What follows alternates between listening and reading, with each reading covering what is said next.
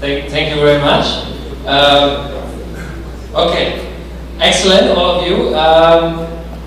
He answered already the question number C. Question number C was which missing information would be the most important for you to determine the price? That would be the occupancy rate. If you know the occupancy rate, it's much easier for you to calculate your cost. But you will never find that out 100%. You can never know 100% what will be your occupancy rate. So, yes, please? Well, I actually assume some occupancy rate in my study, assuming that every day, 5 people will be here. But for me, I think what is missing here is the food and the drinks, whether you are providing them, yeah, that is what is missing. Yes, I did mention it in the. You're right. I did mention it in the course we have, but it's of course another thing. It's not really mentioned there, but it's something you have to think about as well. Also, yeah, you were asking about the legal expenses, to get the license, to get it and so on, to get the papers right. Of course, this is another cost which I didn't mention. We don't want to make it too complicated right now. But of course, these points are also very important to consider to find out your price. Yes, please. But also social costs, pensions. Social cost, pensions could be as well. And in Laos, it's no point because there is no pension fund. But maybe in your country it would be, yes, exactly. I would add that to the salaries. This would be part of the salaries. The taxes, administrative fees, insurance, promote cost, reserves in bank amount, a little reserve in bank amount, and Medicare for the assistants, manager, staff. Absolutely right. It's great because these are all things you have to add up. I mean, in Laos there's no Medicare fund, there is no pension fund. Taxes is also, you don't have to really think about it so much. But depending on your country, of course, these are all costs which will add up to the price, to your cost. Absolutely right. Okay, so could I have the Excel sheet? Okay. So, can you, make it a little bit smaller maybe? Okay. That's the way I try to do it. Okay. So, if we look at the infrastructure costs us $230,000. And then we say we want to get it back in 10 years. So 120 months. Okay, so this makes per month $1,900. So this is the depreciation you would have after 10 years. So you were on the right track there as well. The salaries, the total salaries per month, $1,850. The freelance guys, they have some fixed cost of $700 per month. And then they have the variable costs. Now it gets more now we're starting with the occupancy rate. So this would be, their salary would be $6,300 per month if all 7 guys would work every day, full time. But now we calculate, you always have to, when you make your books, when you have to make your financial planning, you always have to take a very pessimistic point of view. So you would never ever count 100% occupancy rate. We're thinking about the whole year round. Okay, so we're taking, let's just say we take a 40% occupancy rate. In the low season, you might have no clients at all. In the high season, it might be full house every day. It could be also 35%, it could be also 50%, this really depends. This is a number which is very important, but we cannot exactly know. So take a little bit of a pessimistic point of view. So I take a 40% occupancy rate, so this makes $2,520 for the freelance guys additionally. Then the maintenance, okay, $4,000 per month, that's quite a lot. Okay, I added the meals here as well. Okay, so we say the meals are $50 per day. Again, calculating on a 40% occupancy rate, so you get to $2,880 per month. Transportation is the same. And then the total cost per month is $15,770. Then I take the 90% for the community fund, 9%, I just add on top, is $800. So the total final cost is $16,570 per month. Now the selling price, we just take the 16 packs, multiply with 365 days, so you have the full year, and then make again the 40% occupancy rate.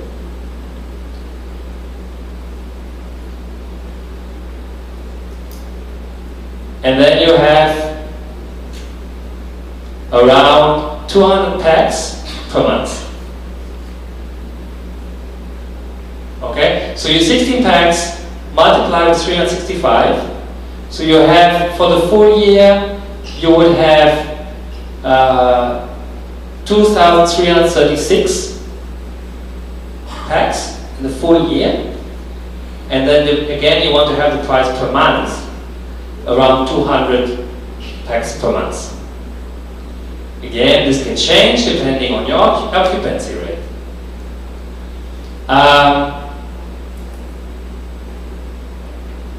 Then I divide the 16,000, the cost I have, through the 200 packs, and then I have a cost of $83 per pax. This could be a way of doing it. Okay? So this is the cost. This is just the cost you would have. Again, like I said, this might be not the only way how to do it. There could be other ways. You know, depending on the occupancy rate, or like, you know, they have the dormitories as well. Additionally, I didn't put that in the paper because it makes it more complicated. They can also add some tents. So then you have even more people can stay there, and they will have a different price than the people who stay in the treetop bungalows. But this will just make it too complicated now. So can you slide down can you slide down? So this is the selling price if you buy it on their website. Can you move a little bit more to the right? Yes. So this is also, you were asking the price, how is it for one pax or for two or three? This is also important to consider your selling price. Because the price will be different if you're one person or if it's 2 or 3 persons booking the trip. So this is the real selling price. And the price first is for walking guests, and then tour operators, or when I buy it, I get a 10% discount. And this 10% I can add again when I sell it, you know, to someone else. Okay? So you see, there's actually a big markup on top, huh? A very big markup. And then you have to think about as well, because your infrastructure, okay, you say you have the depreciation in 10 years, but it might be not, because it will still have a value after 10 years. And you might be able, if the land is yours, you could sell it. You could sell it and you could, again, make money with it. So there definitely still a value, but you have to make a depreciation, just to be correct with your books. And then to have like a 100% markup is very, very normal. Also, when you see, that's why I put the competitor's price from the different products.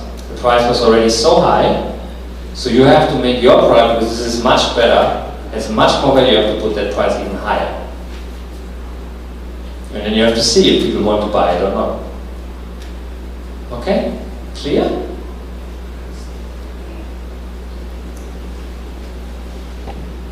There is only one thing which I don't agree with you.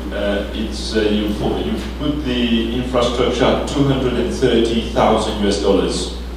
Now, if you had not received the $20,000 as assistance, yes, you would have had to put $250,000. Exactly. So it's not because you've had this help that you depreciate on 230,000. In fact, you should depreciate on 250,000 from an accounting principle. Okay. This is my only observation. Yes, actually you're right with that. You're right with that. Okay, you're right with that because the total value is 200. The total value of your asset is 250,000. So you have, when you do the depreciation of your asset, you have to take the total value and not the discounted value. You're right with that. I agree with you. Okay.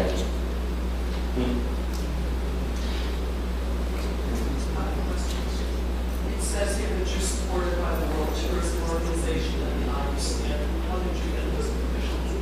That you have to ask them. I don't know. I have no idea how they did that. I'm curious to know that. I have no idea.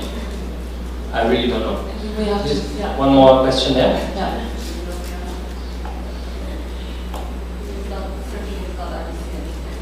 Our main attraction is the nature. How can we help with ecotourism to maintain the conservation of the nature? Through the fund for the community or through the action to conservation action? Okay, so your question is, what do you do with the community fund money? Yes. This here, I don't know exactly what they do with the money, but my suggestion would be to ask the community first. That was the presentation I did, the first one I did in the morning, involve the local communities. You know, they have to agree with the project. I mean, it's actually, there are not many people living around there, but they have to agree with that, and they have to see a value, a benefit for themselves.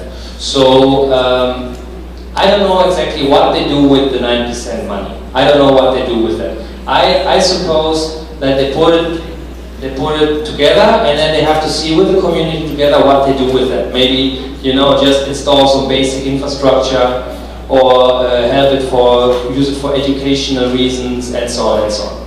Many of the people of the villagers, they're all employed there. They're all from the area, so that will also help them. And then just by creating this product, they preserve this big amount of forest, of pristine forest, just because they created this product. They lease the land for 50 years, and then they can preserve it because it's theirs for 50 years, and the government can get inside there. You can also use the money to have some rangers to follow up on the trails and see that nobody's coming to cut the trees, because the area is so vast that you cannot follow up. Okay. Yeah. Okay, and I think we could stay here for much longer. I think it's very interesting, but unfortunately, fortunately, there is another session starting at the Congress Center, and I know some of you have to go back. So we have to close this one-day training, and I would like to thank again all of you for coming. So I would like to ask if you could come around this table for a moment, and then so we can close today's meeting. But please come.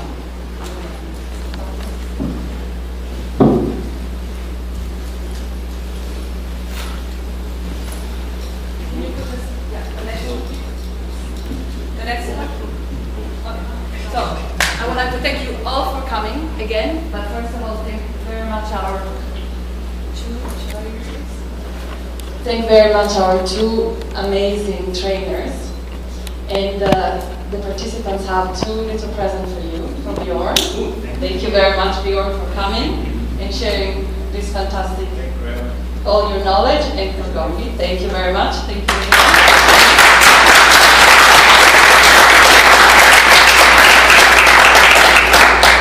So you were asking about resources. There were questions when we were talking about health and safety. You have already a copy on your table of the manual. You can take one more if you want. I think, I don't know if there are extra for everybody. There is a USB stick with some resources from IUCN. But just note that at the end of this textbook, we have listed a lot of resources that are not IUCN resources because are more related to business. So There are plenty of available resources there, but if you need more information, of course, you can go back again to Connie. Especially, we will send you the link actually there was a LinkedIn page for Clay, and that is going to be available from his presentation. All the presentations will be put on IUCN website. Could you go to the next slide, please? Okay. This is the page where we have saved all the information from the previous sessions. So for each session, we will add this one. For each session, we include all the presentations, the pictures, and then we will send you an email. If you haven't given your name when you register, please do now, because that's the only way I will be able to know you were here and send you an email and to inform you when the information is uploaded and eventually to send you follow-up information. So from IUCN side, I would like to thank you all for coming again. Thanking my colleague Mariana for helping me in doing this, and thanking again the speakers that have had so much patience with me in the past 2 months when I was bugging them the whole time. I will pass now to Matthias, but before doing that, I would like also to ask you, after Matthias closes this meeting, to fill in the survey form. This is very important for us because it's the same survey form we have been using for the last 5 sessions, so that allows us to keep track of if we are improving or not. We're supposed to do a little session to kind of debrief, but unfortunately we have so many questions that we couldn't do that, and I didn't want to steal the time from our health and safety and our business, but it will be very important if you take the time. But in the meantime, I'll leave it to Matthias. Okay, thank you, Julia. Yeah, nobody is before that he hasn't filled out the feedback survey. So thanks a lot for being here, also from my side. I think it was extremely enriching, also for us. I think it's always interesting to talk to you, and it's both. We learn from you, you hopefully learn from us. It's an extremely valuable exchange, and who knows, probably might meet each other at one of the regional or local seminars we're conducting, hopefully also next year in one of the regions, such as we did now in Kenya. So there is still an opportunity to attend a longer seminar, which usually goes 4 or 5 days, including a field excursion. So I'm looking forward to this. Thanks for joining. Thanks a lot to Julian. Thanks a lot to Mariana for making this possible, for all the work you put in. Also thanks from my side to Björn and Kopi to be here for the excellent inputs. I think we learned a lot. Business planning, marketing. It was a full day. It was a packed day. It was very intense, but also, again, have a look at the website, you'll find all the information, and if you have any questions related to what you've heard today, we are always open to provide answers as far as we can provide answers. So thanks a lot for being here, wish you a good end of the congress, and safe journey back home afterwards. Thank you.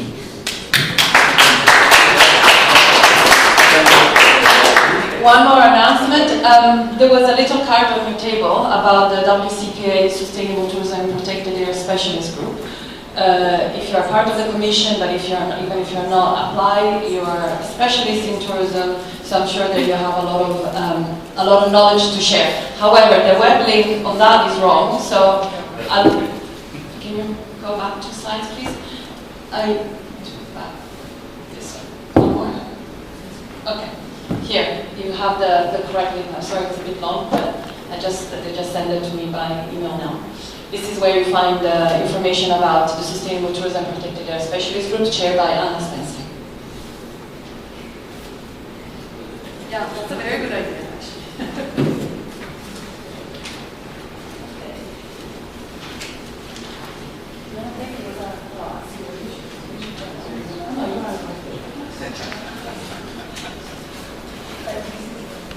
So.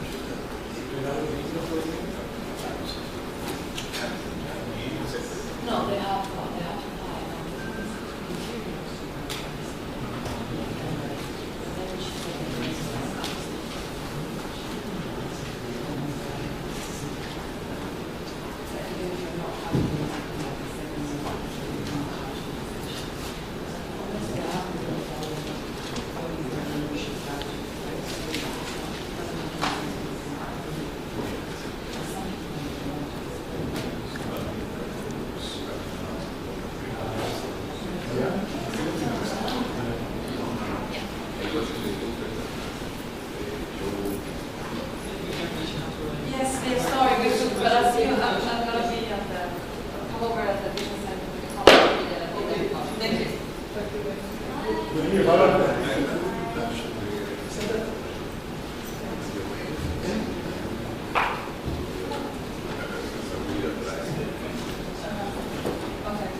No, really, right. I mean, the one thing that is a bit misleading is the fact that since the English was there, it's not